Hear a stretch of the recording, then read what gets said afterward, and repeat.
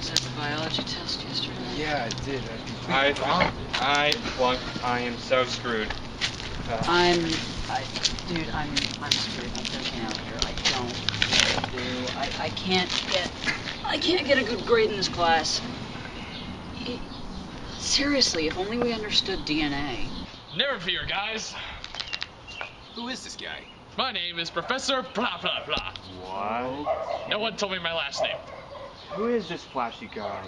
I'm here to explain DNA for you guys. I hear you failed a test in school today. Horribly. Yeah? Watch CBS News tonight. I guarantee you'll like the newscast.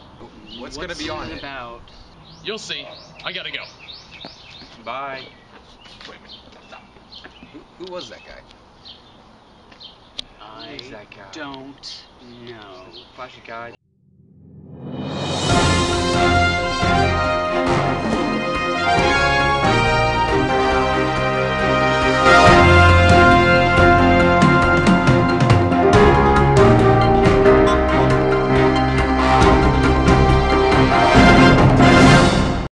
Good evening to all watching. Welcome to CBS News. I'm Vinny Grasso. And I'm Harper Craven, and here's what's making news.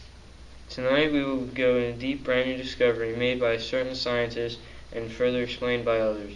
The set of genetics that make up who we are and what we are known as deoxyribonucleic acid. Or as we prefer to call it, DNA.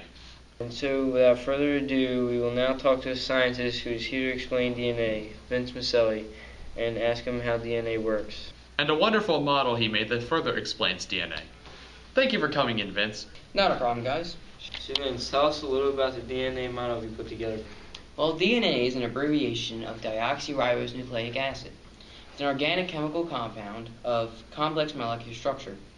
It is found in all prokaryotic and eukaryotic cells. It's also found in many viruses. The chemical DNA was first discovered in 1869, but its role in genetic inheritance was not demonstrated until 1943. In 1953, James Watson and Francis Crick determined that all the structure of DNA is a double helix polymer, as shown in my model.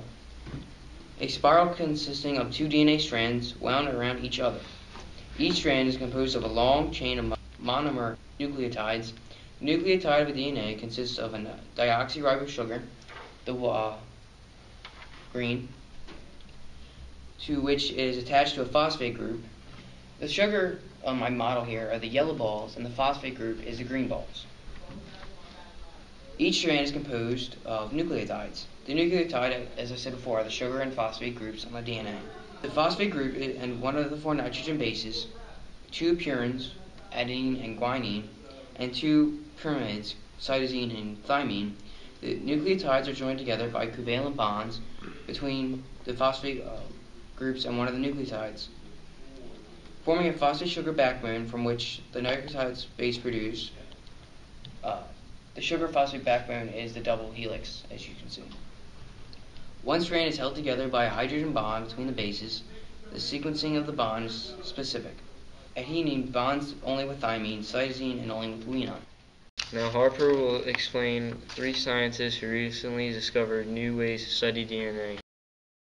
Rosalind Elsie Franklin lived from July 25, 1920 to April 16, 1958. She was responsible for a bulk of research and understanding on DNA. Excelled in science and attended one of the few girls' schools in London that taught physics and chemistry. Earned her doctorate in physical chemistry from Cambridge University in 1945. Learned X-ray diffraction techniques in Paris in 1947. Worked with Maurice Wilkins in the lab on many research projects on DNA at King's College in London. Franklin persisted with the DNA projects, and J.D. Bernal adored her X-ray photographs. She became very close to solving the DNA structure between 1951 and 1953. Wilkins showed another scientist one of Franklin's crystallographic photos, and the solution became apparent to him.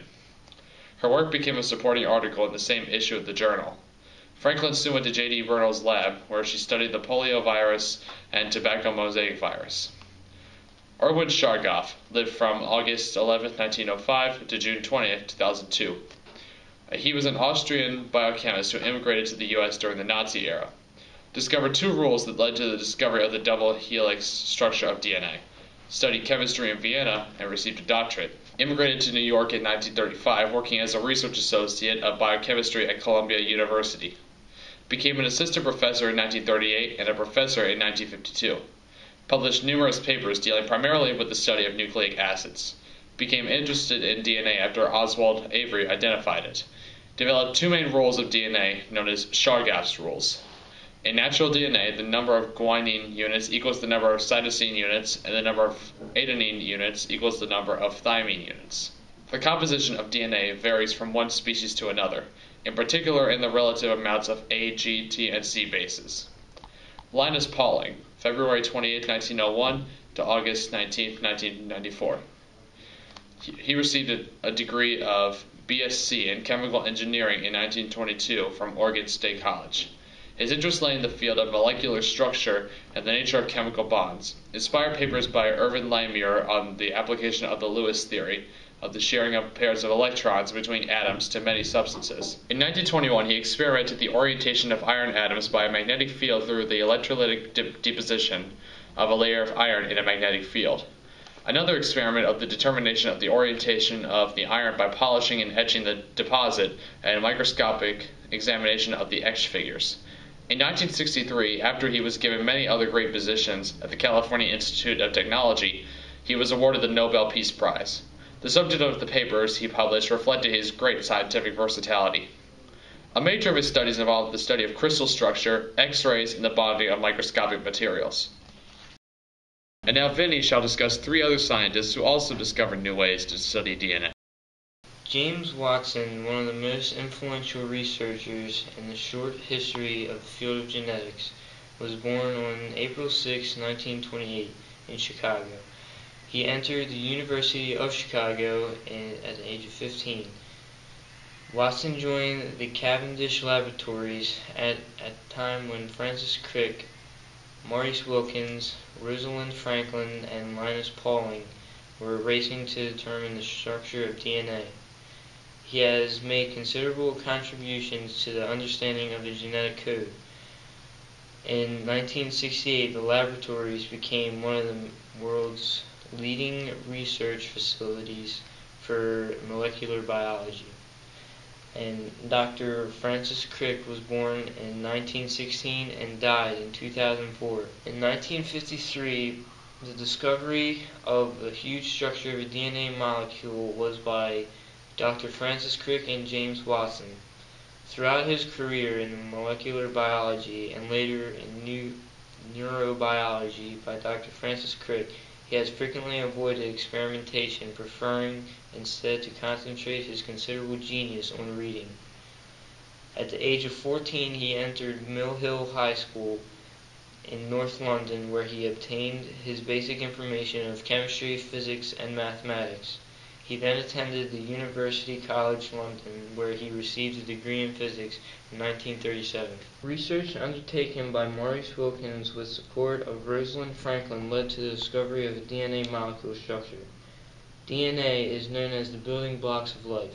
The trio of Crick, Watson, and Wilkins were awarded the 1962 Nobel Prize for Physiology and Medicine for their discoveries. Well, I think now we all can understand the importance of DNA and its functions. While DNA was being researched in the world, a series of events occurred. Many events have occurred since DNA has been discovered, that is. And here to talk about them is Kevin Holmes, a person who has noticed and has been involved with some of the events that has occurred throughout history. Mr. Holmes?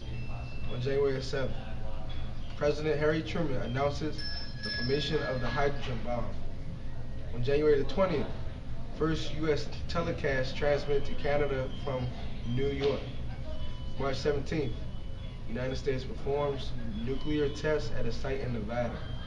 March 21st, NBA record 106 fouls.